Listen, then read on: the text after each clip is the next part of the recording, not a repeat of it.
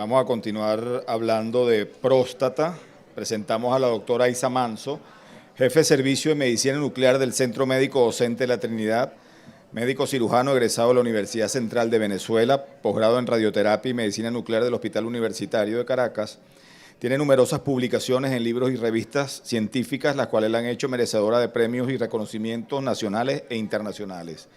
Damos la bienvenida a la doctora Manso, quien nos va a hablar sobre teragnosis en medicina nuclear, un viejo concepto que toma importancia hoy en el cáncer de próstata. Doctora. Muy buenas tardes a todos. En primer lugar, agradecer y felicitar a Oncoaliado porque 10 eventos, se dice rápido, pero la organización y el éxito de estos eventos es lo más importante. Y agradecer a esta institución tan importante, Oncoaliado, y especialmente a su presidenta, Ligney. Un abrazo, de verdad. Bueno, los próximos minutos vamos a hablar de teragnosis en medicina nuclear. Ese es un término que tiene bastante tiempo y que hoy en día ha tomado un auge bien importante en vista de que muchos isótopos radiactivos hoy en día están a disponibilidad tanto de diagnóstico como de terapia. Entonces, inicialmente les puedo mostrar que esencialmente vamos a hablar de la técnica de PET-CT que ha venido a revolucionar la imagen oncológica. El PET-CT, con la cantidad de fármacos y de isótopos radiactivos a disponibilidad, nos ha traído excelente evolución en el diagnóstico oncológico. Y eso es lo que vamos a hablar en estos próximos minutos. Cuando hablamos de teragnosis, tenemos la posibilidad de que hay un fármaco, una molécula que podemos marcar con diferentes isótopos radiactivos. Entonces podemos marcarla, esa molécula, con un isótopo radiactivo para diagnóstico y con un isótopo radiactivo para tratamiento. Entonces, realmente, dependiendo con qué lo marquemos, vamos a obtener bien sea ese diagnóstico o el tratamiento de ese paciente. Entonces, son moléculas, ¿verdad? Y necesitamos una molécula de enlace, una molécula vinculante y el objetivo que va a ser la célula que queremos diagnosticar y tratar. Entonces, la primera vez que se habló de un isótopo que permitía teragnosis fue con el yodo 131. Y hace muchísimos años, el doctor Saul Hersh, en 1936 a 1940, después de múltiples estudios, validó que el yodo radiactivo, el yodo 131, puede utilizarse para hacer diagnóstico de patología tiroidea. A partir de allí se dio a conocer esta posibilidad de diagnóstico, pero también de hacer terapia. Entonces, la primera paciente que se trató por hipertiroidismo fue una paciente femenina, y ven allí la publicación del propio doctor en esa época, fue en 1941. A partir de ahí, la posibilidad de dar terapia en los pacientes que tienen cáncer de tiroides se abrió, y es así como en 1943 el doctor Samuel Sedlin dio por primera vez en el mundo terapia para cáncer de tiroides con el mismo isótopo radiactivo, con el yodo 131. Ese fue un paciente que estaba en muy malas condiciones, tenía un carcinoma diferenciado de tiroides metastásico a pulmón, y él empezó a darle dosis secuenciales de 17 milicurie de yodo radiactivo, y eventualmente el paciente mejoró en forma tan importante que miren la publicación de la época, permitió que el paciente que estaba en muy malas condiciones, ese paciente pasó a sentirse muchísimo mejor y las metástasis pulmonares que tenía revirtieron. Entonces, esto abrió el panorama de la teragnosis y nos permite hacer con nuevos fármacos hacer diagnóstico y terapia. Entonces, con respecto al diagnóstico en cáncer de próstata, tenemos muchas opciones, aunque en el país no las tenemos todas, pero tenemos muchas opciones de hacer diagnóstico. Tenemos la flúor 18, flúor desoxiglucosa, que es el conocido FDG, que se hace la mayoría, el 90% de los estudios oncológicos. Tenemos el fluoruro de sodio, que nos permite hacer PET óseo. Hay otras moléculas como el carbono 11 acetato, el carbono 11 colina, el PSMA, que ha marcado un hito en lo que es la valoración de los pacientes con cáncer de próstata, que se puede marcar con un isótopo que se llama galio 68 o que se puede marcar con el flúor 18, y esto nos ha permitido valorar y tener la disponibilidad del flúor 18 PSMA en nuestro país. Entonces, adicionalmente a esto, tenemos básicamente estas tres moléculas con las que vamos a hablar en los próximos minutos. Tenemos el flúor 18, tenemos el PSMA, ambos marcados con flúor 18, y el fluoruro de sodio, que nos permite hacer imágenes óseas. El PSMA es una glicoproteína transmembrana tipo 2 grande con un componente intracelular y un componente extracelular de gran tamaño, y esa es la biodistribución normal del PSMA. Un tips para aquellos que ven imágenes oncológicas: el PSMA no tiene captación en cerebro a diferencia del flúor 18, y así es una forma fácil de descubrir que estamos ante una imagen de PSMA. Entonces vemos una distribución fisiológica en glándulas lacrimales, en glándulas salivales, podemos ver hígado, vaso, algo de médula ósea y eliminación por vejiga. Les decía que el PSMA se puede marcar con galio 68 o también se puede marcar con flúor 18. Cuando se marca con galio 68, la eliminación vesical es mayor, entonces a veces eso interfiere con la imagen de la visualización de la próstata, porque si tenemos la vejiga llena de material radiactivo, probablemente no hagamos la distinción de la imagen de próstata. Entonces el flúor 18 PSMA es mejor, vemos menos vejiga y nos sirve para ver mejor la parte prostática. Con respecto a la biodistribución normal de la glucosa, del FDG, ya sabemos, tiene captación cerebral porque nuestros cerebros funcionan con el consumo de glucosa, y podemos ver todo lo que es el tejido linfoide captante fisiológicamente, vemos el corazón, vemos tracto gastrointestinal y vemos eliminación vesical. Con respecto a lo que es la biodistribución del fluoruro de sodio, el fluoruro de sodio es el equivalente a el tecnesio 99 meta, usado con el MDP para hacer gammagrafía ósea, pero en su máxima expresión. ¿Por qué? Porque vamos a tener el mismo principio, pero una imagen de muchísima más calidad y muchísima mayor sensibilidad diagnóstica. Lo que hacemos es el mismo principio, como les decía, la distribución fisiológica es en todo el esqueleto del paciente, y luego vamos a ver las diferentes hipercaptaciones patológicas que se van a presentar. Entonces, el principio es el intercambio de iones de fluoruro de sodio con los grupos hidroxilos de los cristales de hidroxiapatita. Entonces, vamos a comenzar con la estrella de la valoración del cáncer de próstata, que es el PSMA. Vamos a ver que las indicaciones formales están dadas fundamentalmente en el paciente que hace recurrencia, sobre todo con valores de antígeno muy bajitos. Y les voy a demostrar que las imágenes pueden ser positivas cuando el paciente incluso tiene niveles tan bajitos como 0,2 nanogramos por mililitro. Y realmente la indicación formal entre 0,2 y 10 nanogramos por mililitro.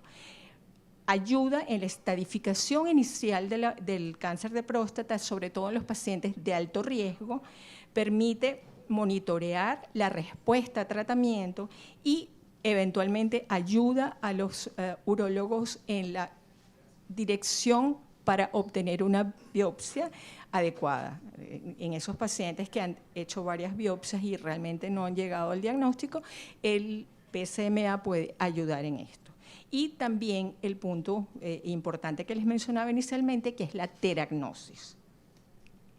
Entonces, vemos cómo progresa el cáncer de próstata y cómo la imagen nos va a ayudar a definir en ambos extremos cómo es un paciente que inicialmente tiene una enfermedad localizada, que es una enfermedad que puede recibir terapia local, que es una enfermedad que probablemente el nivel de antígeno sea bajo, y cómo va progresando en el tiempo y va presentando el paciente probablemente metástasis y se va haciendo resistente a la castración, al bloqueo hormonal y nos presenta un paciente con una carga tumoral intensa. Entonces, el PSMA nos puede ayudar en ambos extremos para hacer el diagnóstico correcto de estos pacientes.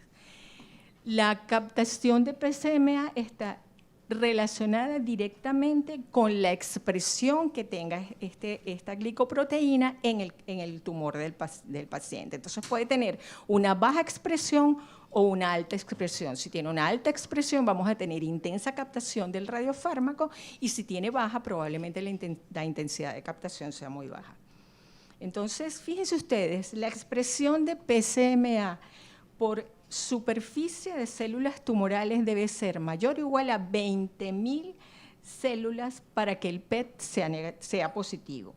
Y adicionalmente, este PSMA está elevado entre 100 y 1000 veces más en cáncer de próstata que en patologías benignas. Y además, no podemos olvidar que hay alrededor de un 8% de los pacientes que no expresan el PSMA y que en este caso, pues el estudio no nos va a ayudar para el diagnóstico. Vamos a comenzar con las indicaciones. Realmente en el diagnóstico inicial, ustedes saben que la importancia inicial la tiene el ultrasonido transrectal y la resonancia magnética multiparamétrica, que son los estándares de diagnóstico inicial. Pero el PET con PSMA puede tener una sensibilidad bastante alta para este diagnóstico de hasta 97% y una especificidad de 66%. Y la imagen que ven allí es una imagen de una hipercaptación focal en la zona prostática comprometida. Vamos a ir con un caso para que vean la importancia de hacer un PSMA para estadificación. Un paciente de 61 años de edad con una historia familiar de carcinoma prostático, tenía un antígeno inicial de 12.3 nanogramos por mililitro. El ultrasonido transrectal demostró una pequeña lesión hipoecoica en el lóbulo izquierdo de 6 milímetros. El volumen de la próstata era 41 cc y la biopsia guiada por ultrasonido transrectal demostró un adenocarcinoma Gleason 8, 4+4, en el lóbulo izquierdo. Este paciente tenía estudios de extensión normales, un gammagrama óseo normal y una tomografía de abdomen y pelvis negativa.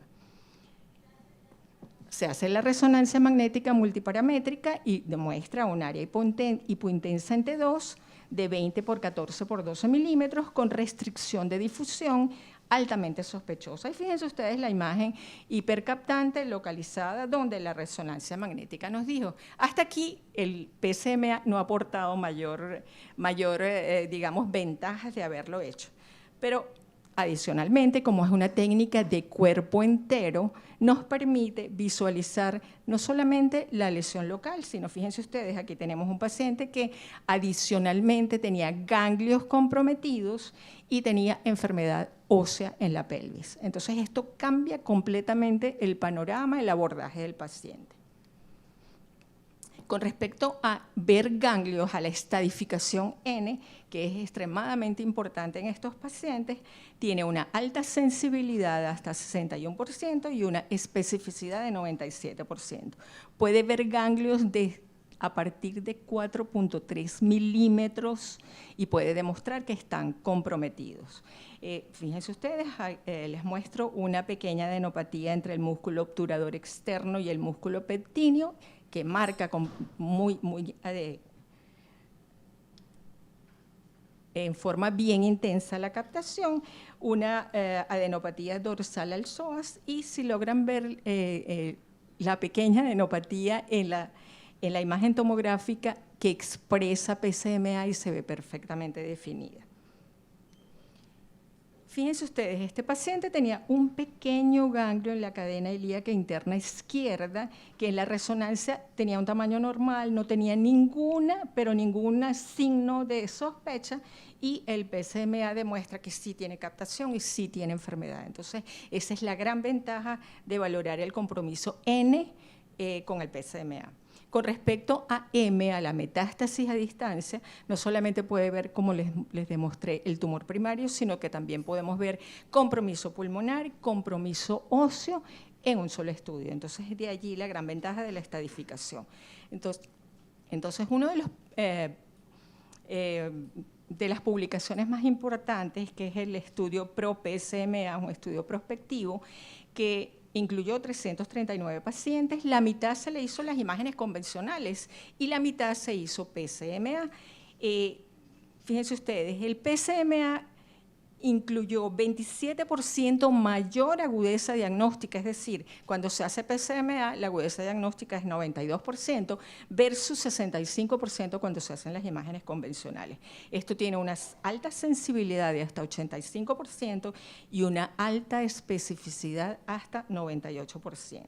Y demuestra enfermedad ganglionar pélvica mucho más, digamos, en forma importante, hasta 91% versus las imágenes convencionales 59%. Y la enfermedad a distancia 95% versus 74%.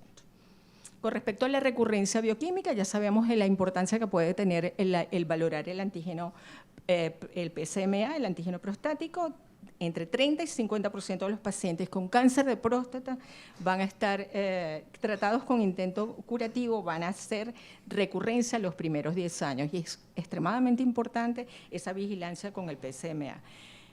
Si hacemos solo gammagrama óseo, los valores de PSMA deberían estar altos para que el gammagrama óseo sea evidente la enfermedad, ¿okay? Igual que la tomografía para ganglios, ¿okay? Fíjense que la recurrencia pudiera ser, es importante conocer dónde está la recurrencia, pudiera ser local en el lecho quirúrgico, pudiera ser regional en los ganglios o pudiera ser a distancia o sistémica. Entonces ahí podemos ver, a ver si el cursor nos ayuda, una recurrencia local, podemos ver compromiso ganglionar y podemos ver enfermedad ósea metastásica. Entonces, nos permite en esta recurrencia ver exactamente la carga tumoral que tiene el paciente. También es importante conocer que hasta un 50% de las recurrencias locales pueden ser en la anastomosis vesico-uretral, en las vesículas seminales, en el remanente del conducto deferente y en la fascia retroprostática. Y hay sitios atípicos, como ven allí, puede haber metástasis uretral en la pared de la vejiga y a nivel de recto. Entonces podemos ver recurrencias locales, como vemos a la extrema derecha, podemos ver compromiso de las vesículas seminales y podemos ver no solo enfermedad en la raíz del pene, sino a lo largo del pene. Entonces esto permite definir cuál es la carga tumoral que tiene el paciente. Entonces, fíjense que les decía que con valores de antígeno muy bajitos podemos hacer el diagnóstico de la recurrencia, de la localización de la recurrencia. Entonces, si el antígeno es de 0.2 nanogramos por mililitro, tenemos un 48% de probabilidad de que el PSMA sea positivo. Si tiene 0.5, 56%, y si tiene 1 nanogramo por mililitro, hasta 70%. Entonces, lesiones muy pequeñitas, como la que ven allí, con antígenos relativamente bajos, nos permite el PSMA hacer el diagnóstico correcto. Entonces, es importante recordar los sitios, porque nos permite ver no solamente la carga tumoral en N, sino también todo lo que es los cambios en la conducta que se le va a hacer al paciente cuando uno descubre mayor enfermedad que la que previamente tenía evaluada. Entonces hay un 60% de cambio en el tratamiento y de estos cambios hasta 35% de los pacientes tenían imágenes convencionales completamente normales. Esto tiene, para óseo, tiene una sensibilidad similar a el fluoruro de sodio, el PET óseo.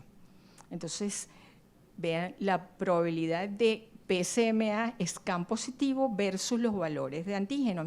Por supuesto, mientras mayor es el valor de antígeno, mayor es la probabilidad de que el PSMA, el estudio PET, sea positivo. Y la probabilidad, fíjense, con valores muy chiquititos, menores de 0,5, y también tiene que ver el doblaje de ese PSMA, pero entonces nos permite diagnósticos mucho más certeros. Con respecto al cambio en el manejo del paciente, si el paciente ha recibido tratamiento de primera línea, 15% para las imágenes convencionales versus 41% con el PSMA. Y en segunda línea, 5% para imagen convencional y 27% para el PSMA. Entonces, pacientes con antígeno menor de 4 tienen mayor frecuencia de cambios en el manejo, es decir, hasta 56.25% versus valores mayores de 4 de PSMA, que el cambio es de 43.75%. Ahora vamos a ver algunos casos y cómo el PSMA cambió el abordaje de este paciente. 73 años, recaída bioquímica, un antígeno de 1,05 después de prostatectomía radical y antes del bloqueo hormonal y radioterapia al lecho prostático. Entonces, fíjense, el paciente presentaba metástasis no solamente ganglionar, sino también metástasis ósea. Este paciente, 72 años, un Gleason 7, 4+3, recaída bioquímica, un antígeno de 0,86 nanogramos por mililitro, y fíjense ustedes, una recaída en el lecho prostático. Un paciente más joven, 59 años, Gleason 7, 4+3, recaída bioquímica, un antígeno en 0,54 después de prostatectomía radical, y fíjense ustedes, una pequeña adenopatía de 5 milímetros, y PSMA fue capaz de demostrarla. Este paciente, 70 años, prostatectomía radical y bloqueo hormonal, antígeno 16.7, y fíjense ustedes, compromiso óseo metastásico en el pubis. 73 años, prostatectomía radical y bloqueo hormonal, un antígeno de 2.03 nanogramos por mililitro, y fíjense ustedes, tiene una metástasis en cuerpo vertebral de columna lumbar L3 y en el séptimo arco costal izquierdo. En este paciente el PET óseo fue negativo, y fíjense ustedes que es mayor sensibilidad. Hay pacientes que van a cirugía, a prostatectomía radical robótica, y en este caso un paciente de 56 años persiste después de la robótica un PSA elevado, 1 nanogramo por mililitro, y ahí pudiéramos interrogarnos, ¿esto es persistencia de enfermedad o es recurrencia de este paciente? Fíjense ustedes lo que el PET-PSMA encontró, que fue una pequeña adenopatía ilíaca. Esta es una de las publicaciones, yo creo que más radicales con respecto a la valoración N, 79 años, un paciente que fue a prostatectomía radical en 2007, márgenes positivos en región apical izquierda, un Gleason 7, 4+3, radioterapia al lecho prostático 60 grays, el PSA disminuyó de 5,3 a 0,03, pero empieza gradualmente a subir el antígeno y llega a 0,08 nanogramos por mililitro. Se le hace la imagen de PSMA para reestadificación, en ese momento con gamagrama óseo normal, tomografía y resonancia normales. Y fíjense ustedes, el PET con PSMA logró ver 17 ganglios linfáticos a lo largo del retroperitoneo y de las arterias ilíacas. Esto llevó a cambio de conducta porque se inició un bloqueo androgénico en lugar de terapia de rescate locorregional en forma temprana. También ayuda a los radioterapeutas para lo que es el diseño de los campos de radioterapia. Este estudio permitió valorar o cambiar los campos, el diseño del campo de radioterapia en hasta 19% de los pacientes, mostrando lesiones por fuera de los campos de radiación habituales. Y las más frecuentes fuera de los campos habituales fue observar lesiones óseas o lesiones perirectales.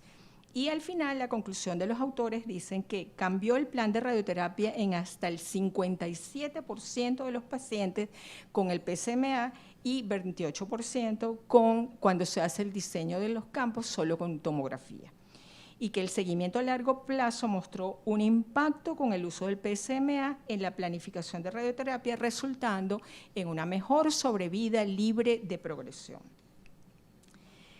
Pero, digamos, el PSMA no es un trazador absolutamente específico. Tenemos la probabilidad de que en algún momento dado nos consigamos con un falso positivo, y es que es como marcador en otras neoplasias también. Entonces podemos ver captaciones en pacientes que tienen cáncer renal, cáncer testicular, tumores neuroendocrinos, cáncer de colon, de esófago, GIS, hepatocarcinomas, pulmón, no células pequeñas, mama, tiroides, etcétera. Entonces hay que tener cuidado porque no es la tal absoluta especificidad.